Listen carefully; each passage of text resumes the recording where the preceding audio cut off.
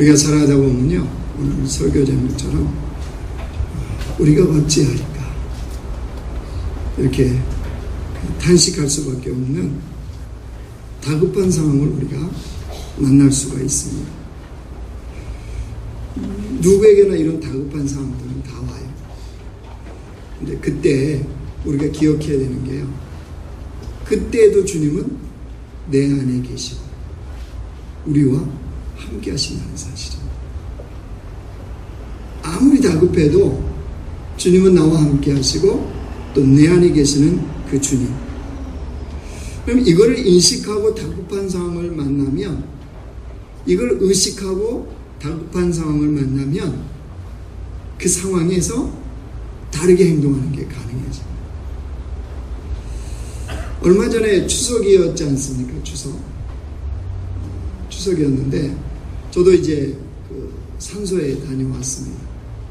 뭐 저희 집은 정기적으로 추석과 설에는 꼭 산소를 갑니다.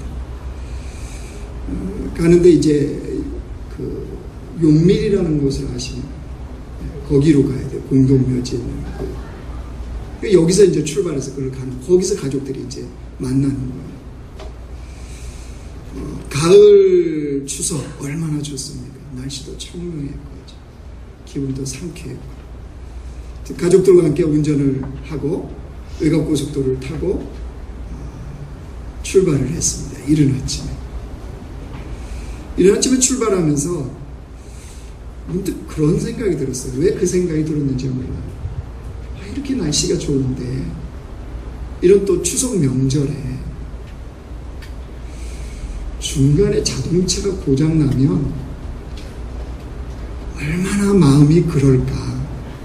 그렇죠? 이렇게 좋은 날, 이렇게 청명한 날, 참 마음이 굉장히 꿀꿀하겠다, 이런 생각을 하게 된 거죠. 그런데 그게 불과 5시간 후에 저의 사건이 될 줄은 생각도 못하고, 왜 그 생각이 불현듯 제게 떠올랐는지 몰라요. 아무튼 그렇게 해서 1차로 부모님 이제 산소를 해서 모였고, 거기에서 이제 두 번째 코스가 어디냐 그러면 큰형님 산소입니다. 그래서 큰형님 산소로 또 이제 각자 가족들이 차를 타고 이동을 하는 거예요. 여러분 추석날 기억하십니까? 날씨가 굉장히 더웠어요. 그렇죠? 그래서 자동차 안에서는 에어컨 켜야 돼요. 그늘에 가면 좀 서늘한데 자동차 안에서는 굉장히 더웠습니다. 그래서 에어컨을 켜고 가는데, 공동묘지에 가시면 아시잖아요. 또 명절에 가면 차가 되게 밀려요. 그렇게 이동을 하는데 굉장히 차가 밀려서 이게 이제 짜증이 살살 왜 또 올라오는 거 있잖아요. 지도 가면서 괜히 다른 사람도 그 성묘 가는 거지 뭐 저만 가는 거 아니잖아요. 근데 짜증이 요만큼 설설 이렇게 다 나와가지고 그죠?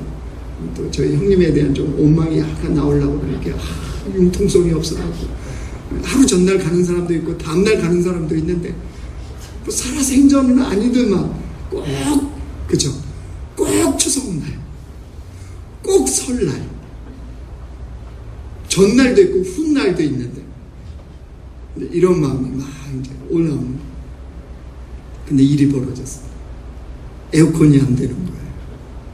그 더운데 에어컨이 바람만 나오는 거예요. 바람만. 이상하다. 제가 그래도 이래봬도요 차계부를 쓰는 사람이에요. 차계부라고 아세요? 차를 언제 점검했고 뭐 수리를 했고 얼마짜리 수리했고 제가 다 쓰는 사람이에요. 무섭지요? 근데 저희 아내 가계부 안 쓰는 거 탈 안 해요. 사람 됐지요?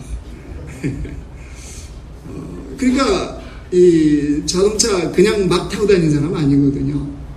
그런데 에어컨이 안 되니까 이게 얼마나 당혹스럽겠습니까? 어쨌든 이제 뭐 다 추석 명절 끝나면 수리를 해야 되겠구나. 가스가 없든지 아니면 그 뭐 압축기 있잖아요. 그게 고장났든지 뭐 이랬겠구나를 생각하고 어쨌든 안 되면 뭐 하면 되죠? 창문 내리면 돼요. 창문 내리고 이제 가는 거예요. 근데 이제 이게 제1구역, 제2구역 이렇게 구역들이 나뉘어져 있잖아요. 그러니까 산으로 올라가야 되는 겁니다. 산으로 올라가서 1구역에서 2구역으로 이렇게 넘어가는 그런 코스인데 산 중턱쯤 갔는데 제 눈에 우연히 계기판이 딱 들어왔는데요. 냉각수 온도를 표시하는 이게 하이로가 있는 거예요.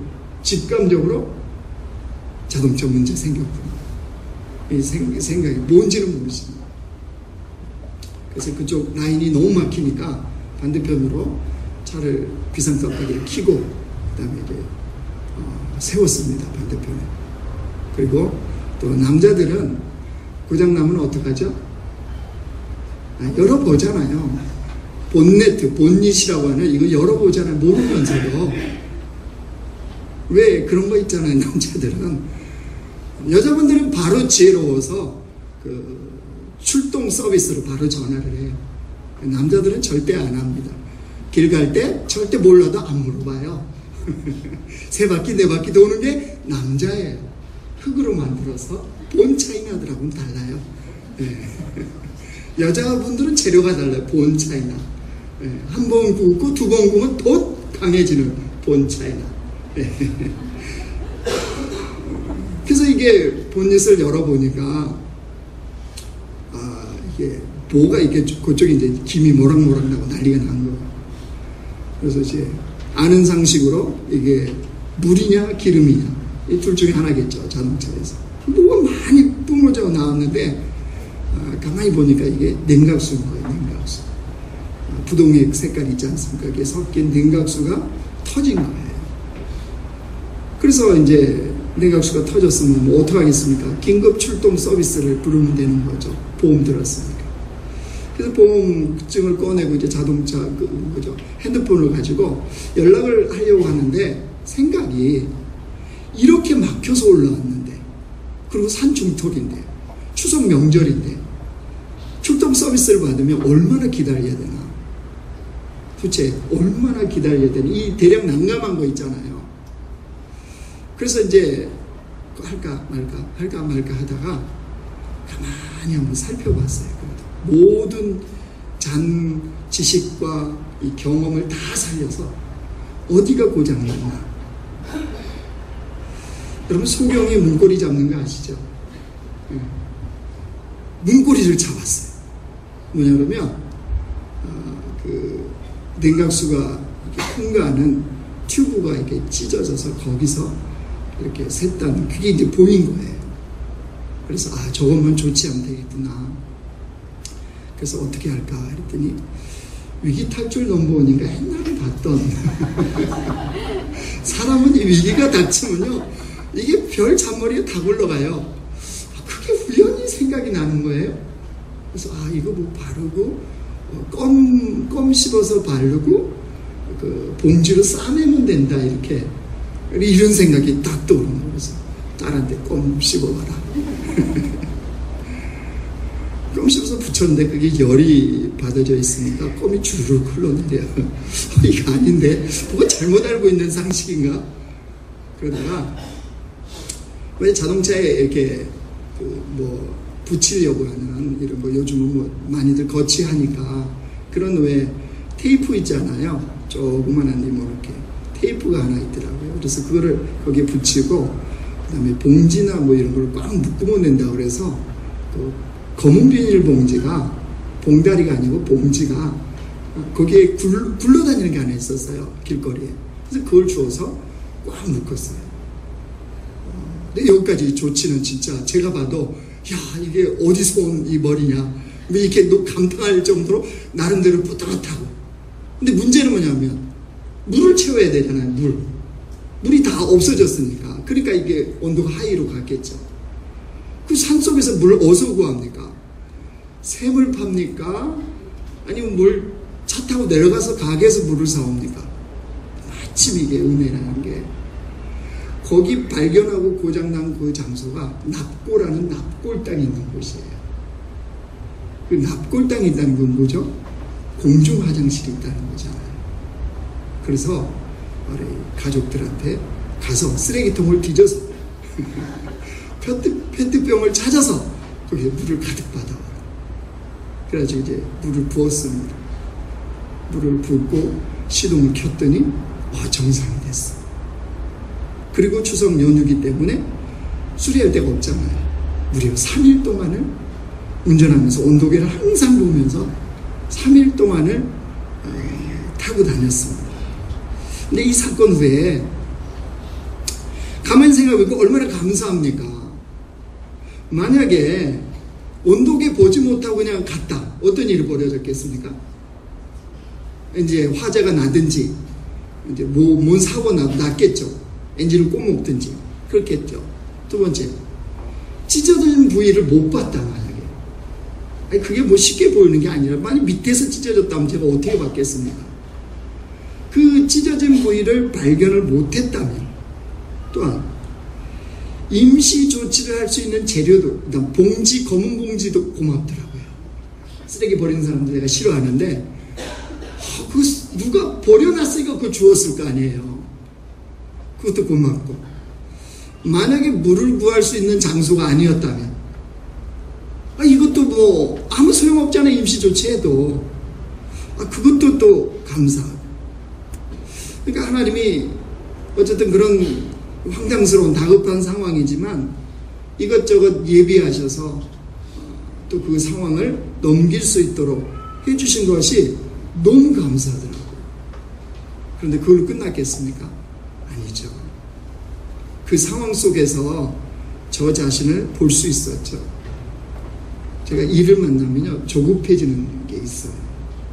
좀 물 떠오라 그러면 우리 가족들이 그 더운 날씨에 화장실 좀 떨어져 있긴 해도 좀 창피하긴 해도 쓰레기통을 뒤져서 페트병으로 물 떠오는 일 잘해줬으면 좋잖아요. 여러분, 물이 보통 많이 들어가겠습니까? 근데 요만한 그 있잖아요. 거기다가 몇 병 떠오더니 힘들어서 못하겠다고. 저희 아드님이 그러셨어요. 지도 운전할 줄 아는 분께서. 그래서 이제 그럼 교대로 따님도 좀 가시죠 그랬더니 우리 사춘기 따님 죽어도 안 가요. 근데 자기는 안 간대요. 그럼 제가 참 그렇군요. 그래도 좀 가주시면 어떻겠어요? 이렇게 했겠어요? 이 안에서 혈기를 빡 냈죠. 이제 그런 저의 모습들, 이게 이제 또 후회가 되는 거예요. 그러면 생각하는 것이, 그런 긴급한 상황일 때 내가 주님을 더 의식하고, 어쨌든 고장난 그곳에 주님은 계시잖아요. 그 주님을 더 내가 의지하고, 그렇다면 더 많은 감사가 그 자리에서, 오히려 더 그 자리에서 나올 수도 있었을 테고, 그 자리에서 내 마음이 달라질 수도 있었고, 그 자리에서 좀 더 성숙된 모습이 내게 나올 수 있었을 텐데, 그러지 못한 거예요. 더 풍성한 감사를 경험하지 못한 그거, 이게 또 깨달아지면서 또 회개하는 그런 시간도 가졌습니다. 무슨 말 하려고 그러냐면요, 오늘 무슨 자동차 고장 얘기로 이제 마치려고 이런 게 아니고, 인생을 살다 보면 어찌할지 모르는 상황을 언제든지 만난단 말이에요. 이거는 예수님을 믿는 사람이든 안 믿는 사람이든 예외가 없어요. 신앙이 내가 좋든 나쁘든, 내 믿음이 크든 작든 누구든지 다 만나는 거예요. 그렇지 않아요? 인생에 문제 없는 인생 없고요, 어림없는 인생 없어요. 마음에 염려, 근심, 걱정 안 갖고 살아가는 사람 아무도 없단 말이에요. 그럼 뭐가 다르냐는 거예요. 예수 믿는 사람들과 믿지 않는 사람들, 내가 예수님 믿는 사람도 그런 상황을 만났을 때 어떻게 다르냐는 거죠.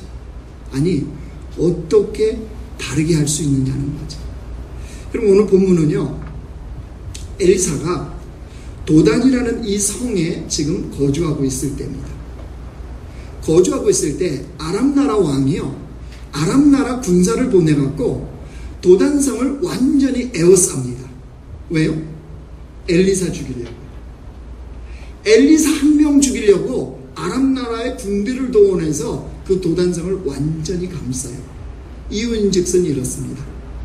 아람 나라가 이스라엘을 치고 싶은데, 아니 기막힌 전략을 이 아람 왕이 신하들과 만들어내면 금방 아는 거예요. 누가? 이스라엘이라는 나라가. 아람 왕은 누가 내통한 줄 알았어요. 근데 알고 봤더니 누가? 엘리사가 다 알고 이스라엘 왕에게 이야기해주고 방비하게 만들고 또 조치를 하고. 그러니까 아람 왕 입장에서는 엘리사 없애지 않고는 도저히 이스라엘을 이길 수가 없거든요. 그래서 했던 조치가 엘리사를 제거하자. 그래서 도단성을 이 아람 군대가 다 지금 감싸는. 근데 이 일이 언제 일어났다고 그랬어요? 여러분 14절 가보실래요? 왕이 이에 말과 병거와 많은 군사를 보내내 그들이 밤에 가서 그 성읍을 에워쌌더라. 그 일이 언제 일어났다고요? 밤에요. 밤. 깜깜한 밤에. 눈치채지 못할 것 같은 그 밤에. 여러분, 우리를 힘겹게 하는 인생의 문제는 이와 같이 우리에게 닥쳐옵니다. 도둑과 같이 내가 인식하지 못할 그때의 밤처럼 우리에게 다가온다. 그럼 되게 당혹스럽잖아요. 그 당혹감이 두렵게 하잖아요. 여러분, 엘리사의 사환이 아침에 일어나서 그 상황을 본 거예요. 현실이. 지금 자기들이 거하고 있는 도단성을 그 아람 군대가 다 감싸고 있는, 에워싸고 있는 것을 엘리사의 사환이 본 거예요. 여러분 15절 가보세요. 하나님 사람의 사환이 일찍이 일어나서 나가보니 군사와 말과 병거가 성읍을 에워쌌느니라. 그의 사환이 엘리사에게 말하되 아 내 주여 우리가 어찌하리까 하니 대답하되 두려워하지 말라. 이 사환이 지금 어떤 상태라는 거예요? 두려운 상황이라는 거죠. 아람 군대가 에워싼 이걸 보고 이 엘리사의 사환이 지금 두려움에 떨고 있습니다. 이런 상황을 어느 날 갑자기 경험할 수 있다는 거예요. 예수님의 제자들도 한번 생각해 보실래요? 예수님께서 오병이의 기적을 일으키고 임금 삼으려고 그러니까 제자들을 급히 베어 태우고 먼저 보내는 이런 사건도 있었고, 또 예수님께서 배를 띄우라고 그래서 함께 배를 타고 또 가시는 일도 있었어요. 예수님께서 지금으로 얘기하면 주일이죠. 주일날 많은 병자를 고쳐요. 아침부터 저녁까지 쉴 새 없이, 저녁 드실 사이도 없이, 식사하실 사이도 없이 많은 병자들을 고칩니다. 중풍병자, 그 다음에 소경, 또 귀신을 내어쫓는 이런 기적과 이적들을 엄청나게 행하세요. 그러니까 예수님이 굉장히 피곤하셨어요. 제자들과 함께 배를 타셨네요. 너무나 피곤하셔서 고무를 베고 주무셨다. 배에서 주무신 거예요. 분명히 예수님이 타고 계세요. 예수님께서 일으키는 수많은 기적들을 제자들이 다 봤어요. 그런데 그 배를 타고 갔는데 어떤 일이 벌어졌습니까? 큰 광풍을 만났어요. 그 마가복음 4장 보이실래요? 같이 읽어요. 시작. 큰 광풍이 일어나며 물결이 배에 부딪혀 들어와 배에 가득하게 되었더라. 예수께서는 고물에서 베개를 베고 주무시더니 제자들이 깨우며 이르되 선생님이여 우리가 죽게 된 것을 돌보지 아니하시나이까 하니. 예수님과 함께 배를 타고 가는 그 뱃길에도 뭘 만난다고요? 큰 광풍. 그럼 제자들은 상상이나 했을까요? 아니 낮에 분명히 뭘 봤어요? 엄청난 기적을 일으키시는 예수님, 하나님만이 하실 수 있는 그 기적을 일으키는 능력의 예수님을 보았고, 그 예수님이 지금 배에 타고 계시는데 뭐가 일어났어요? 큰 광풍, 미친 바람이잖아요. 근데 어느 정도로? 죽을 수 있는 생명의 위협을 느낄 만큼 강력한 바람, 이걸 지금 만나고 있는 거예요. 여러분 이때 느꼈을 제자들의 두려움을 여러분 생각하십니까? 여러분 예상하지 못한 당혹스러운 상황을 만나면요 사람 안에는 두려움이 생겨요. 그 요즘 사람들은 뭐 송가은이라는 가수를 굉장히 좋아하더라고요. 그죠? 옛날에 이은아 멀리 그 불러들고 비슷하게 생겼더만 뭘 특별한 것도 없더만 어쨌든 사람들은 되게 좋아하더라고요. 그런데 2015년에 트로트 가수로 데뷔한 오하라라는 가수도 있습니다. 오하라. 예명이에요. 가명인데 작곡가가 첫 1집 앨범을 내면서 이름을 오아라로 하려다가 좀 이상하다 그래서 하라 이렇게 이름을 지어줬는데 자기가 그걸 갖고 자기 나름대로 해석을 했어요. 그래서 오하라, 오 5가지 하라, 뭘 해라 자는 이렇게 해석한대요. 그래서 이 오라라는 가수는요 자기 인생을 이 5가지를 한대요. 감사하라, 사랑하라, 행복하라, 겸손하라, 노력하라. 참 괜찮죠? 이 오라 가수 한번 검색해보세요. 되게 예뻐요. 송가인이보다는 100배는 예쁠. 혹시 여기 팬 있습니까? 약간 조심해야 되는데. 제가 볼 때는 그래요. 제가 볼 때는 100배 예뻐요. 사연이 있어요. 이분이요 1급 시각장애인. 정상인이었습니다. 정상인이어서 결혼을 했고 그때는 뭐 가수도 아니었고 아이 2명을 낳았어요. 근데 어느 날부터 눈이 안 보이기 시작하는 거예요. 그런다고 완전 실명 상태가 되어버리고 그런 바람에 이혼을 당했어요. 이혼. 그리고 이제 있는 거예요. 자기 인생에서 한 번이라도 생각해 봤을까요? 눈이 안 보일 거라는 거. 그 너무나 두렵고 막막하고 좌절스러워. 그러니까는 그 다음에 사람들 본성적으로 뭘 생각하죠? 죽음을 생각하죠. 인생을 끝내려고 몇 번을 생각을 했다. 그런 과정을 겪다가 이분이 예수님을 믿게 된 거예요. 그리고 예수님을 만났어요. 자기 인생을 살아야 될, 눈이 안 보이는 1급 시각장애인인데 살아야 될 이유를 발견해요. 그래서 지금은 그때부터 이제 실명된 다음에 가수가 된 거예요. 가수로 또 희망을 전하는. 그렇게 눈이 안 보이는 자기도 살아가는데 그렇게 얘기해서 그걸 얘기하면요, 이제 우리로 얘기하면 간증이죠.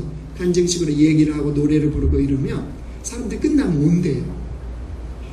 자기는 어떤 어려움이 있는데 자기 살아가야 돼. 자기도 희망을 갖게 되었다. 또 우리 집에 어떤 일이 있는데 내가 다시 소망을 품는다. 뭐 이런 반응들이 되게 많대요. 그래서 자기는 살아가야 될 이유를 이제 알게 되었다. 그래서 지금은 그렇게 가수로 살고 있어요. 또 결혼했어요. 또 그래서 신실한 믿음의 가정을 2아이 이제 데리고 이렇게 꾸려서 살고 있는 그 이야기를 보았습니다. 여러분, 우리 인생에는 절대 안 일어날까요? 알 수 없는 일들이 우리의 인생에 닥친다는 거 여러분 생각하셔야 돼요. 그렇게 꼼꼼하게 차계부를 썼는데 자동차가 그럴 거라고 예상이나 했겠습니까? 저는요, 미리미리 정비하는 정비용입니다. 수리형이 아니고 자동차에 대해서 수리형은요 고장나면 고치는 사람이고 정비형은요 고장 나기 전에 미리 정비를 하는 거예요. 아니 그 정도로 꼼꼼한 사람인데 생각이나 했겠어요? 여러분, 그런데 그게 우리 인생에는 닥친다니까요. 그러면 그때 그런 두려움을 만났을 때 우리는 어떻게 풀어가야 되냐는 거죠.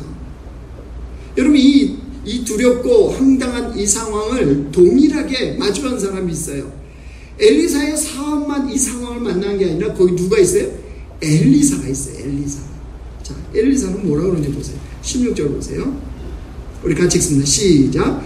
대답하되 두려워하지 말라. 우리가 함께한 자가 그들과 함께한 자보다 많으니라 하고. 여러분, 동일한 상황인데 전혀 보는 게 다르죠. 아니 현실은 동일한 거잖아요. 아람 군대가 없는 게 아니잖아. 있어요. 자기들의 생명을 노리고 다 에워쌌단 말이에요. 동일한 상황인데 다르게 보는 눈이 있잖아요. 누가? 엘리사가요. 여러분, 우리가 평상시에 가져야 되는 믿음이 바로 이겁니다. 왠지 아세요? 주님이 우리 안에 계시잖아요. 주님이 우리와 함께 계시잖아요. 그러니까요, 이게 보이는 세계, 보이지 않는 세계, 이걸 여러분 우리가 잘 생각해야 돼요. 분명히 눈에 보이는 세계, 즉 실체는 뭐예요? 아람 군대가 이 도단성을 다 감싸고 있어요. 이제 밀고 들어와서 엘리사와 사환을 죽이려는 이 현실, 이거는 뭐 없는 게 아니에요. 사실입니다. 맞습니다. 그런데 또 하나의 실체가 있어요. 눈에 보이지 않는 실체. 그게 뭡니까? 주님이 우리와 함께 하신다. 그 엘리사에게, 그 사환에게, 그 도단성에 주님이 함께하고 계세요. 여러분, 이것도 실체예요. 아람 군대가 그렇게 있는 것도 실체지만 그 주님께서 우리와 함께 하시는 것도 여러분 실체라는 거예요. 눈에 보이는 현실의 두려움을 넘어설 수 있는 것은 바로 눈에 보이지 않는 이 세계를 보는 자가 가능해집니다. 여러분, 두 세계가 다 있다는 것을 우리는 분명하게 보고 믿는 자가 돼야 돼요. 뭐 어떤 자가 그걸 볼까요? 현실은 다 봐요. 그죠? 현실의 세계는 자기 앞에 닥친 현실, 어렵고 힘든 거는 다 알아요. 그죠? 그러면 이 보이지 않는 이 세계요, 보이지 않는 실체, 이걸 보는 사람은 어떤 사람이 그걸 보느냐는 거죠. 17절에서 기도하여 이르되 여호와여, 원하건대 그의 눈을 열어서 보게 하옵소서 하니 여호와께서 그 청년의 눈을 여심해 그가 보니 불말과 불병거가 산에 가득하여 엘리사를 둘렀더라. 엘리사의 사환이 보지 못한, 그게 눈에 이제 보이니까 보는 게 뭐였어요? 아람 군대하고는 비교도 되지 않을 불말과 불병거, 즉 하나님이 보내신 군대가 있었던 거예요. 여러분, 이거는 누가 보는 건다고요? 기도하는 자가 보는. 현실도 엄연한 실체지만 눈에 보이지 않는 그 세계도 엄연한 실체예요. 그걸 누가 보느냐? 기도하는 사람이 본다는 거예요. 그래서 기도하는 자는 하나님의 눈으로 볼 줄 아는 자가 됩니다. 그럼 가정에서도 남편들, 자녀들, 우리 재료가 다르신 본차이너로 만드신 여자분들이요, 좀 주님의 눈으로 보세요. 주님의 눈으로. 예? 그럼 목사님, 저는 누가 주님의 눈으로 봐주는데요? 워낙 재료가 좋으시니까 하나님이 봐주세요. 할렐루야. 뭐 대답을 안 하시네요, 별로.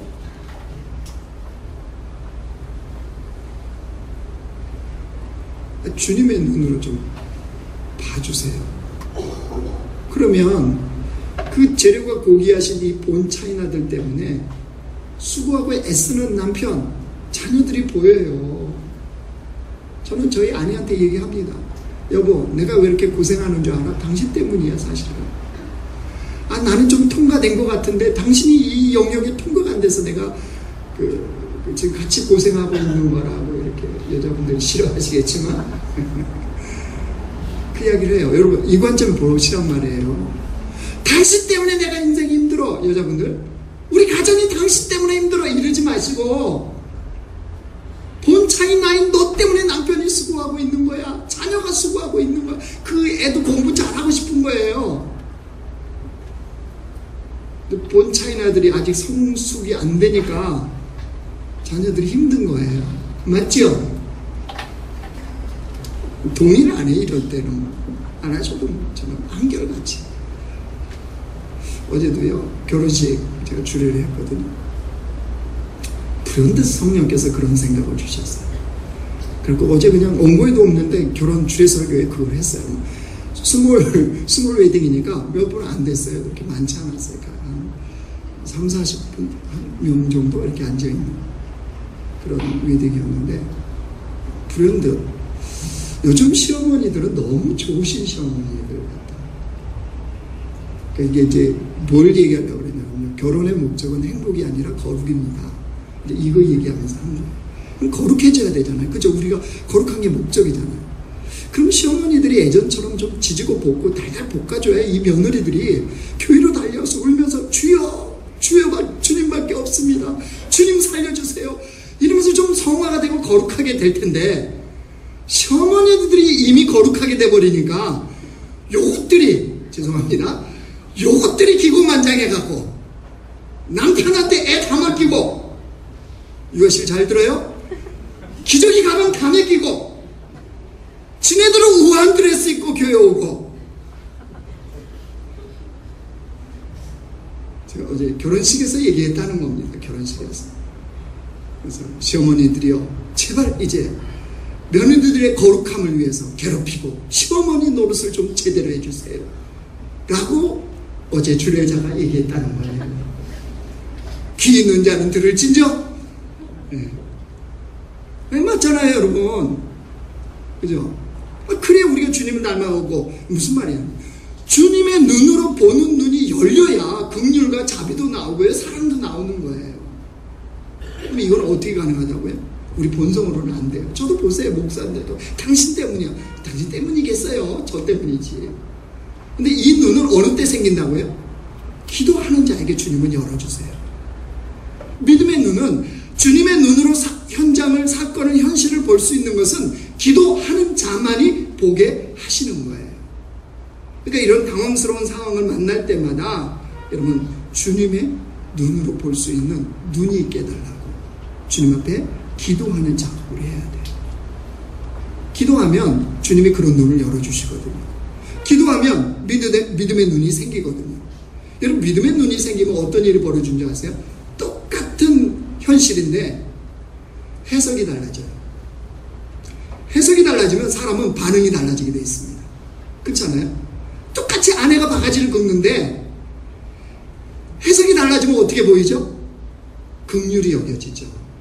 얼마나 힘들면 저렇게 바가지를 긁을까? 아이고, 원래 재료가 저렇게 좋으신 분인데 또 저렇게 하신다는 것은, 저렇게 거친 본차이나가 되신 것은 내가 잘못해줘서 그렇고. 해석이 달라지니까 똑같은 바가지를 긁는데 어떻게 해요? 긍휼이 여겨지는 거예요. 그래서 제가 사는 거예요. 아브라함 조카 롯을 보세요. 그 삼촌 아브라함이 헤어질 때 땅을 먼저 선택을 하잖아요. 그러면 선택권이 조카 롯에게 주어졌습니다. 근데 어디를 선택하나요? 여러분, 성경이 분명히 뭐라고 기억해요? 그의 눈에 보기에 여호와의 동산 같고, 그렇죠? 여호와의 동산이 아니에요. 여호와의 동산처럼 뭐 한다는 거예요? 자기 눈에 보기에 좋아 보인다는 거예요. 자기 그 관점으로 본 거예요. 근데 여러분 아시죠? 롯이 선택했던 그 땅이 하나님이 심판하시는 소돔과 고모라가 됩니다. 그죠? 왜 그렇죠? 자기의 눈으로, 자기의 관점으로 선택을 했습니다. 그런데 주님의 눈으로 인생을 보거나 주님의 눈으로 바라보면요, 얼마나 다른 줄 아세요? 지금 천국에 가 있는 강용우 박사라고 아시죠? 이분도요, 중학교 때 축구공에 얼굴이 맞았는데, 하필이면 공이 맞았는데 눈이 실명이 되어버렸어요. 그래서 중학생 때 시력을 잃습니다. 희한한 거는 그냥 눈이 떴을 때는 평상시에 공부를 그냥 그렇게 했대요. 평범했대요. 희한하게 눈이 안 보인 다음부터 공부를 잘하게 됐다는 거예요. 엄마들 필 받았고, 너 차라리 눈 감아라 그러면 안 돼, 애들한테. 이 강영우 박사는 눈이 안 보이고서부터요, 오히려 공부를 더 잘하는 학생이 되었답니다. 그래서 실제로 대학을 졸업할 때 차석으로 졸업을 했어요. 그리고 미국으로 이제 유학을 가죠. 3년 8개월 만에 그가 땄던 학위가요, 교육학 석사, 심리학 석사, 교육철학 박사. 3년 8개월 만에 보이지 않는 눈을 가지고 미국 가서 이 학위를 딴 거예요. 그러니까 우리나라 최초의 맹인 박사가 강용호 박사가 됩니다. 여러분 아시죠? 미국 백악관에서 자문위원까지 했던 거 아시죠? 예. 근데 그렇게 될 수 있었던, 아니 눈에 실명했고 안 보인다, 이것처럼 불행한 일이 어디 있겠습니까? 할 수 있는 일이 없어진 것 같은 이런 상황이잖아요. 그런데 어떻게 그렇게 달라졌느냐? 어느 날 말씀을 들다가 이 강용호 박사가 딱 붙잡은 말씀이 있대요. 그리고 그때부터는 그 말씀의 관점에서 자기를 해석하고 인생을 해석하기 시작했답니다. 요한복음 9장 보여주세요. 이 말씀에 같이 읽어요. 시작. 예수께서 대답하시되 이 사람이나 그 부모의 죄로 인한 것이 아니라 그에게서, 제자들이 예수님께 묻는 거잖아요. 누구 죄 때문입니까? 그래서 아니다. 그의 죄도 아니고 부모의 죄도 아니고 그를 통해서 하나님이 하시는 일을 나타내고자 하는 주님의 계획이다. 이걸 말씀하시잖아요. 예, 강용호 박사가 이 말씀으로 자기를 해석한 거예요. 아, 나를 통해서 하나님이 하시고자 하시는 일이 있구나. 이 관점이 생기니까 공부를 해도 열심히 집중해서 전혀 다른 관점이 생기는 거예요. 그럼 자녀들이 그렇지 않겠어요? 아들이 둘이나 있었는데 아빠가 눈이 안 보이니까 운전을 해서 학교 데려다 줄 수 있는 것도 아니고 공차고 놀아줄 수도 있는 것이 아니고, 그러니까 그 마음에 얼마나 마음이 상처를 받고 참 어려웠겠어요. 근데 어느 날 저녁에 그 관점이 전혀 다른, 그래서 아이들한테 보여줬대요. 하나님의 하시고자 하시는 일이 자기 인생에 있다는 걸 뭘 보여주냐 그러면, 저녁에 아이들을 다 이제 침대에 눕혀놓고, 좋은 엄마 아빠는 다 하잖아요. 그죠? 기도도 해주고 뭘도 해줘요? 책도 읽어주잖아요. 좋은 엄마 아빠는. 그죠? 강용호 박사가 애들 잠자리 넣었으니까 불 다 끄고, 볼래? 아빠가 얼마나 하나님으로부터 특별한 선물을 받았는지 볼래? 불 다 꺼놓은 상태에서 도대체가 읽어줘. 왜? 손자로 된 거 안 보여도 되니까요. 이거에 아이들이요, 정말 다른 관점을 갖기 시작합니다. 그냥 아빠가 눈 안 보이는 거, 불행한 사건, 이렇게 아니라, 전혀 다른 측면의 관점을 아이들이 갖게 되었고, 이 아이들이 나중에 대학 갈 때 에세이를 쓰는데 그런 내용을 써요. 학교에서, 대학에서 이 아이들을 뽑아줍니다. 무슨 말을 하려고 그러냐. 여러분, 인생을, 우리를 에워싸는 인생의 문제들은 누구나 다 있어요. 어려움들 다 있습니다. 근데 그 인생의 승부는요, 어디서 나는 줄 아세요? 문제가 있느냐 없느냐가 딱 둘입니다. 주님의 눈으로 볼 줄 아느냐 아니냐, 이 차이죠. 주님의 눈으로 그 문제를 보느냐 안 보느냐. 기도하는 사람은 주님의 눈으로 볼 수 있는 믿음의 눈이 열립니다. 그뿐만 아니에요. 오늘 18절 19절 보면 어떤 일이 벌어져요? 그 수많은 군사들을 처리하는 과정이 나오죠. 하나님 그들의 눈을 다 닫아버립니다. 사마리아 성까지 이 군사를 다 이끌고, 성 한가운데 눈을 떴는데 성 한가운데 아람 군사들이 다 있는 거예요. 그죠? 어떻게 합니까? 이스라엘 왕이 죽일까요? 그랬더니 아닙니다. 잘 입히고 잘 먹여서 자기 나라로 돌려보내십시오. 성경이 뭐예요? 그때부터 아람 나라 군사들이 다시는 이스라엘 땅에 들어오지 않았더라. 이게 기록되고 있죠. 문제 해결까지 기도를 통해서 다 해결하지 않습니까? 이 말씀을 정리하겠습니다. 여러분 삶에 여러분을 에워쌀 것, 즉 죽을 것 같은 이런 에워싸임을 당한 그 일은 여러분에게 무엇입니까? 여러분 어떤 일을 만나고 있습니까? 분명한 거는요, 상황은, 현실은 직시하셔야 돼요. 뭐 괜찮을 거야, 하나님이 그냥 해결하실 거야, 뭐 다 잘 될 거야, 여러분 이런 낙관적인 거, 긍정적인 거 믿음 아닙니다. 결코 믿음 아닙니다. 주님이 알아서 잘 그냥 하실 거야. 아니요, 주님 절대 그렇게 안 하십니다. 그럼 믿음도 아니고 신앙도 아닙니다. 자기 확신입니다. 자기 확신. 현실은 냉철하게 직시하셔야 돼요. 어렵구나, 죽을 수도 있구나, 망하겠구나, 참 힘들겠구나, 정확하게 보셔야 됩니다.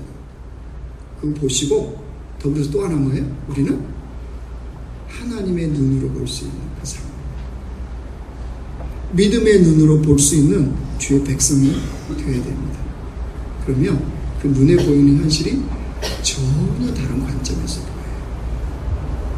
전혀 다른 관점에서 보여요. 그러면 다른 관점의 해석이 나옵니다. 그러면 우리 반응이 달라집니다. 반응이 다르면 인생이 달라집니다.